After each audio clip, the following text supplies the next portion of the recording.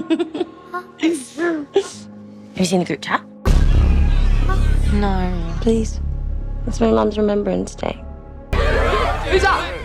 I'll do it. I could see and feel everything on the other side. Why didn't you give it to the police?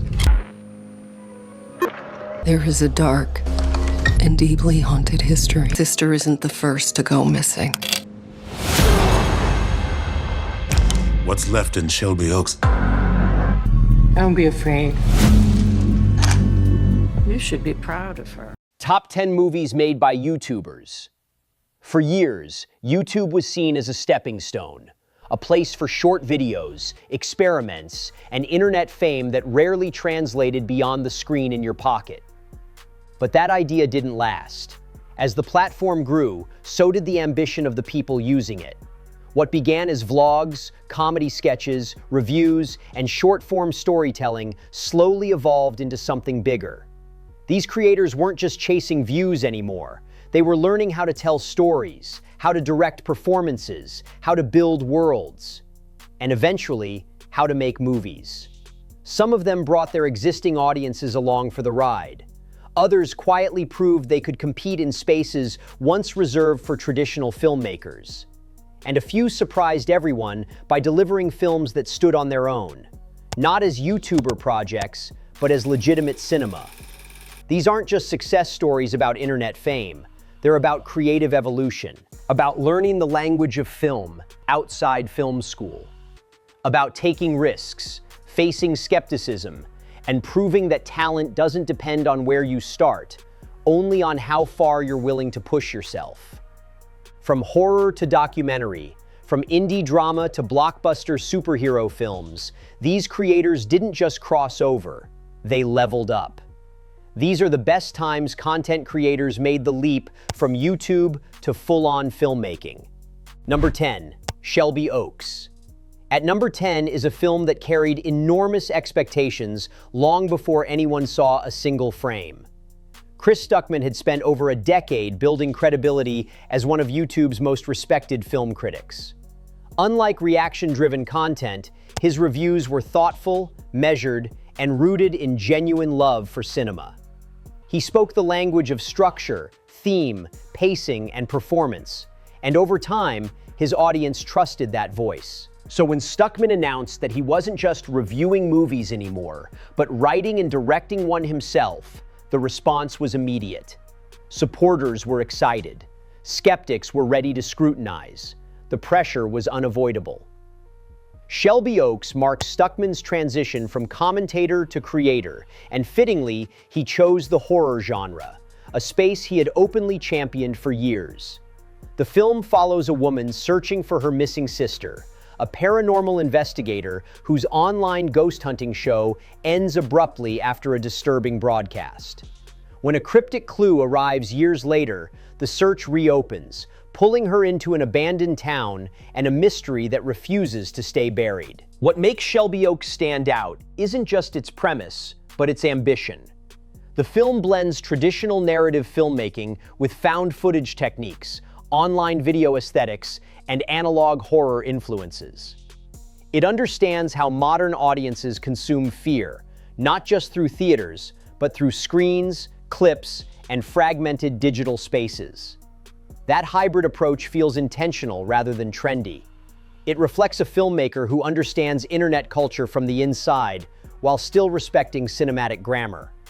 There are moments that feel raw, moments that feel deliberately restrained, and moments that show a clear awareness of pacing and atmosphere. Reactions to the film have been mixed, and that's almost inevitable for a debut under such scrutiny. But whether viewers loved or criticized it, Shelby Oaks accomplished something important. It proved that Stuckmann wasn't chasing novelty. He wasn't relying on his name or platform to carry the film. Instead, he delivered a project that showed discipline, respect for genre, and a willingness to learn through execution. It's not the work of a finished filmmaker, it's the work of one beginning in earnest, and that may be its greatest strength. Number 9, The Death of Superman Lives, What Happened? At number 9 is a documentary created by someone who understood Hollywood both as an insider and as a fan. Jon Schnepp had an unusual career path. Professionally, he worked in animation and television, contributing to projects like Metalocalypse and the Venture Brothers. Online, however, he became widely known as a passionate, encyclopedic film commentator, someone who could discuss pop culture with both humor and authority. With The Death of Superman Lives, What Happened?, Schnepp combined those two worlds into a single, focused project. The documentary investigates one of Hollywood's most infamous unrealized films, Tim Burton's Superman Lives, a project that once starred Nicolas Cage and nearly reinvented the superhero genre in the late 1990s. Despite years of development, concept art, and script drafts, the film collapsed before production began. Schnepp approaches the story not as gossip, but as archaeology. He interviews directors, writers, producers, and studio figures, patiently reconstructing how the project evolved and why it ultimately failed. Rare concept art, costume designs, test footage, and behind-the-scenes materials breathe life into a film that never existed, making its absence feel strangely tangible. What elevates the documentary is Schnepp's tone. There's no mockery, no cynicism. Instead, there's curiosity and empathy. He treats the failure not as a punchline, but as a reminder of how fragile ambitious ideas can be within an industry shaped by fear and finances. The film also serves as a broader reflection on creativity itself, how risk is often punished, and how visionary projects can disappear despite the talent behind them. For Schnepp, the documentary became a defining statement. It demonstrated that his deep knowledge wasn't limited to commentary, but could be translated into compelling, emotionally resonant filmmaking. It stands today as both a fascinating case study and a tribute to unrealized imagination. Number 8, A Heist with Markiplier. At number 8 is a project that fundamentally challenged what a film could be on YouTube. Markiplier had already become one of the platform's most recognizable creators through gaming content, built on personality, humor, and audience trust. But when YouTube began experimenting with original long-form projects, he saw an opportunity to push beyond traditional formats. The result was A Heist with Markiplier, an interactive narrative told across dozens of videos, allowing viewers to make choices that directly alter the story.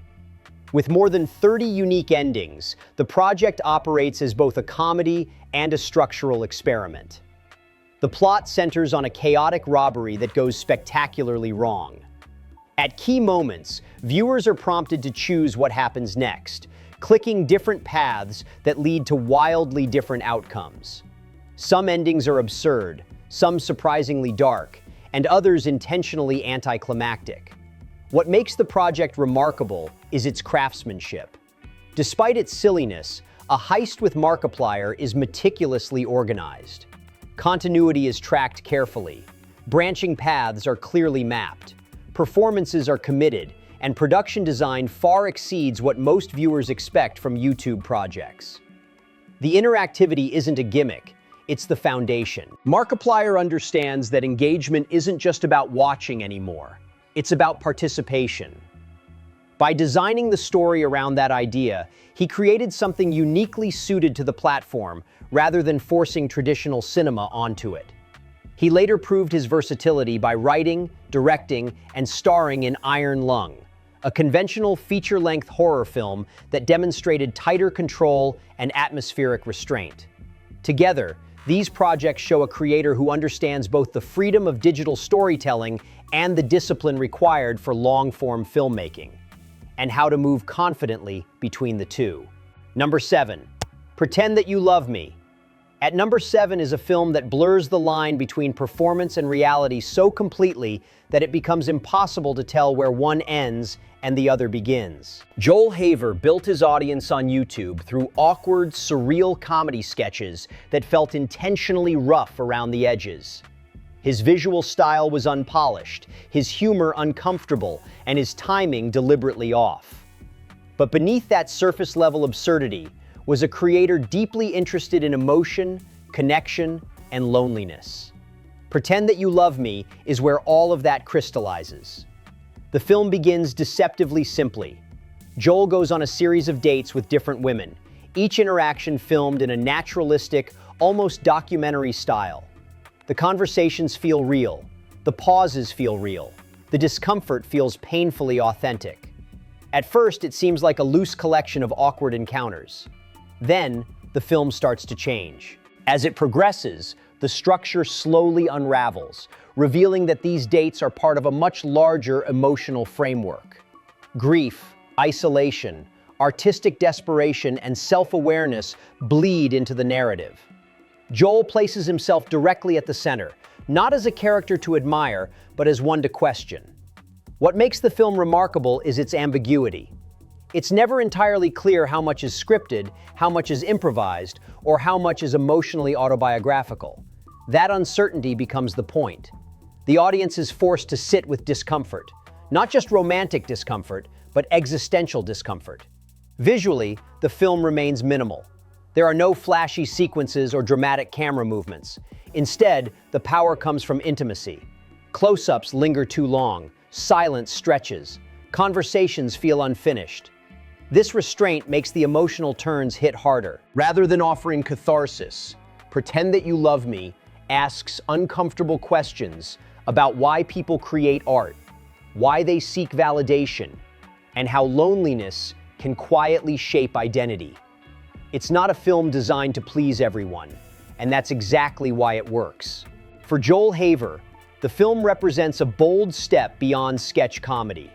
It proves that his instincts extend into long-form storytelling, and that his willingness to be emotionally exposed is not a gimmick, but a creative philosophy. Number 6, Skinamarink. At number 6 is one of the most divisive and unforgettable horror films of the past decade. Before Skinamarink became a viral sensation, Kyle Edward Ball was posting short horror videos on YouTube under the channel name Bite-Sized Nightmares. These clips leaned heavily on atmosphere rather than story, evoking fear through darkness, silence, and suggestion. Skinamarink takes that same philosophy and stretches it into feature-length form. The film follows two young siblings who wake up in the middle of the night to find their house fundamentally broken.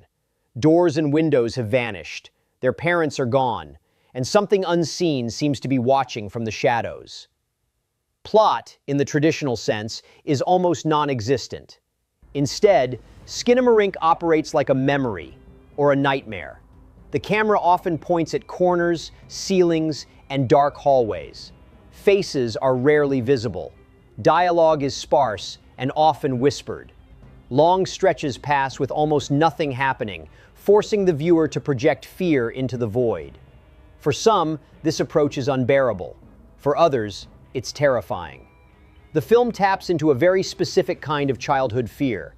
The dread of being alone at night, the imagination filling in gaps, the sense that the house itself has turned hostile. By stripping away conventional storytelling, Ball allows those primal anxieties to take over. What makes Skinamarink especially notable is that it doesn't compromise its vision. It refuses to explain itself. It refuses to reassure the audience. And it refuses to follow the rhythms of mainstream horror.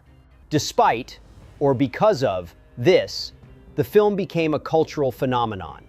Shot on an extremely low budget, it generated massive discussion online, polarizing viewers and critics alike. Some praised it as a masterpiece of experimental horror. Others dismissed it as pretentious. But almost no one forgot it. Skinamarink proves that YouTube-born filmmakers don't have to imitate traditional cinema to succeed. Sometimes, the boldest move is leaning fully into what makes your voice different, even if it means alienating part of the audience. Number 5, This Place Rules. At number 5 is a documentary that captured a cultural moment as it was unraveling. Andrew Callahan built his following on YouTube through his channel All Gas, No Brakes, where he attended fringe conventions, protests, and strange gatherings with a handheld microphone and a neutral expression. His style was deceptively simple.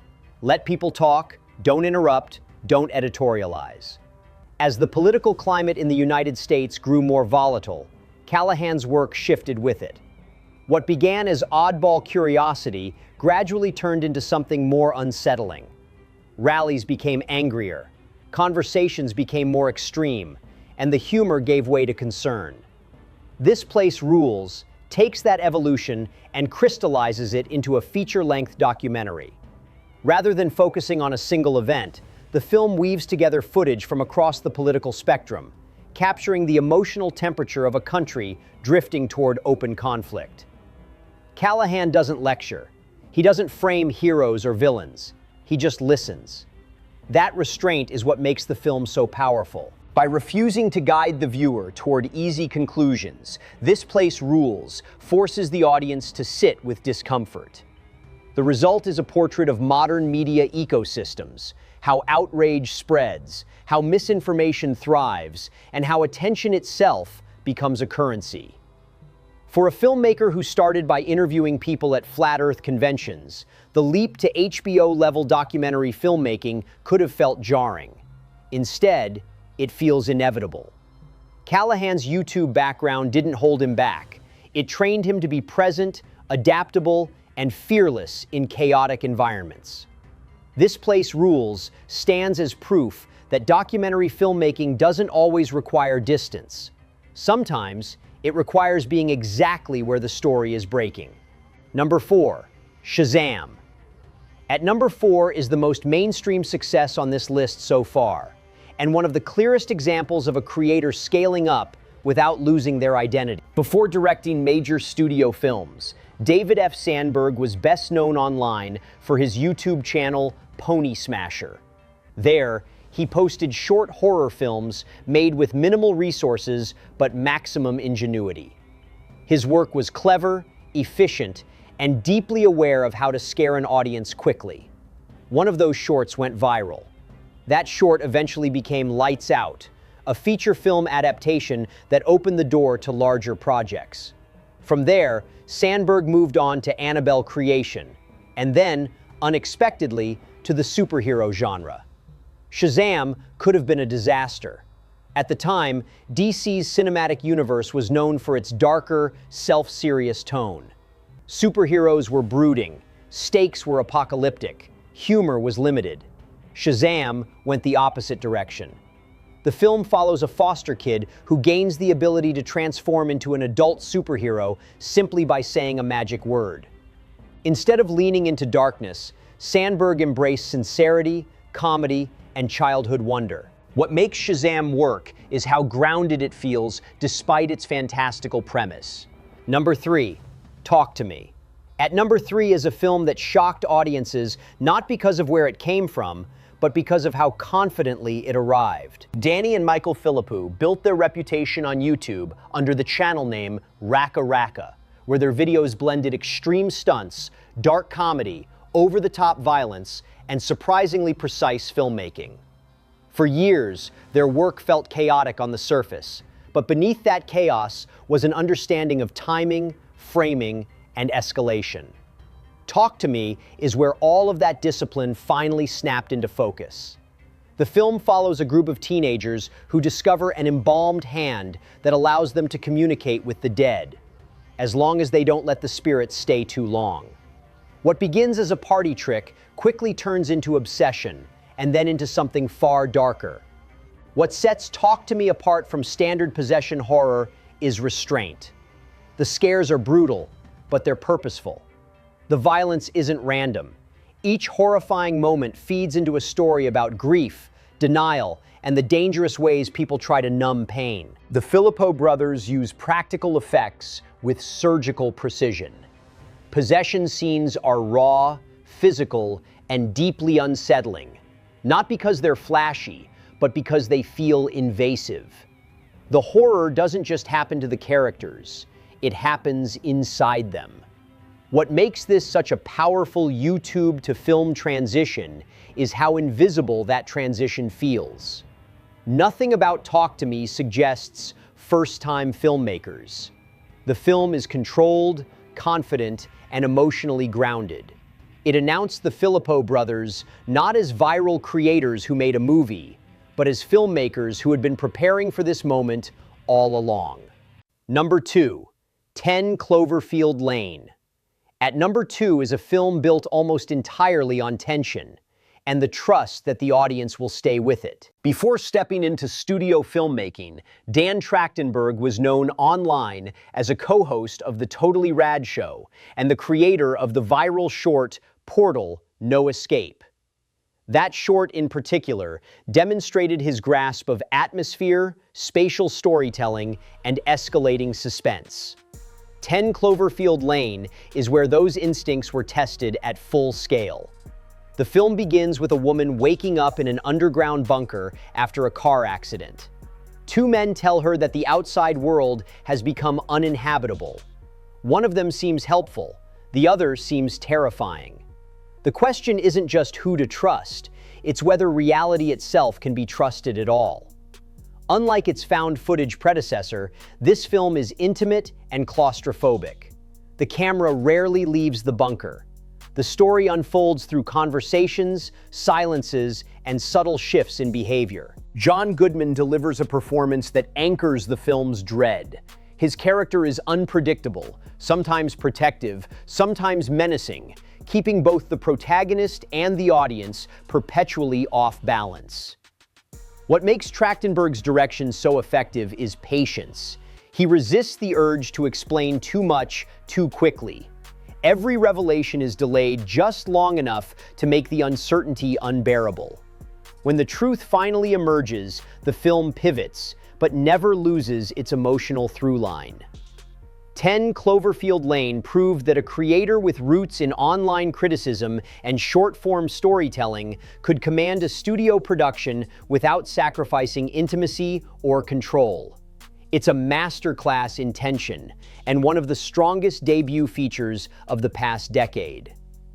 Number 1, 8th Grade. At number 1 is a film that didn't need spectacle, horror, or high-concept ideas to make its impact.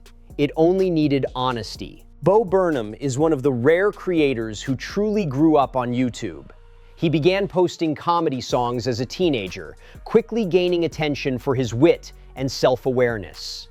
As he matured, his work evolved, becoming more introspective, more critical of performance, and more concerned with how the internet shapes identity. 8th Grade is the culmination of that evolution. Written and directed by Burnham, the film follows Kayla, an awkward middle schooler navigating the final week of 8th grade while documenting her life through YouTube videos. She offers advice she doesn't yet believe, speaks confidently to a camera while shrinking in real life, and struggles with anxiety she can barely articulate. The film is quiet, but devastatingly precise. Burnham captures the discomfort of adolescence with surgical accuracy. The forced conversations, the social rituals, the constant self-surveillance. Social media isn't portrayed as evil, but as omnipresent, a mirror that never turns off. What makes 8th Grade extraordinary is empathy. Burnham never mocks Kayla. He never rushes her growth. He allows moments to linger, even when they're painful to watch. Scenes of embarrassment become exercises in endurance. Moments of connection feel fragile, almost accidental. For a filmmaker whose career began with performing for millions, 8th Grade is deeply restrained. There are no flashy techniques, no obvious attempts to impress, just careful observation and emotional truth. It's also one of the most honest depictions of growing up online ever put to film, made by someone who understands that experience from the inside. More than any other entry on this list, 8th Grade proves that the skills developed on YouTube, self-awareness, direct communication, emotional risk, can translate into something quietly profound. These creators didn't abandon where they came from. They built on it. They took the tools, instincts, and audiences they developed online and transformed them into films that stand on their own. Not as YouTuber movies, but as cinema. The journey from YouTube to cinema was never supposed to look like this. For a long time, creators were told that the platform was a ceiling, not a foundation. That short videos, internet fame, and algorithm-driven success could never translate into real filmmaking.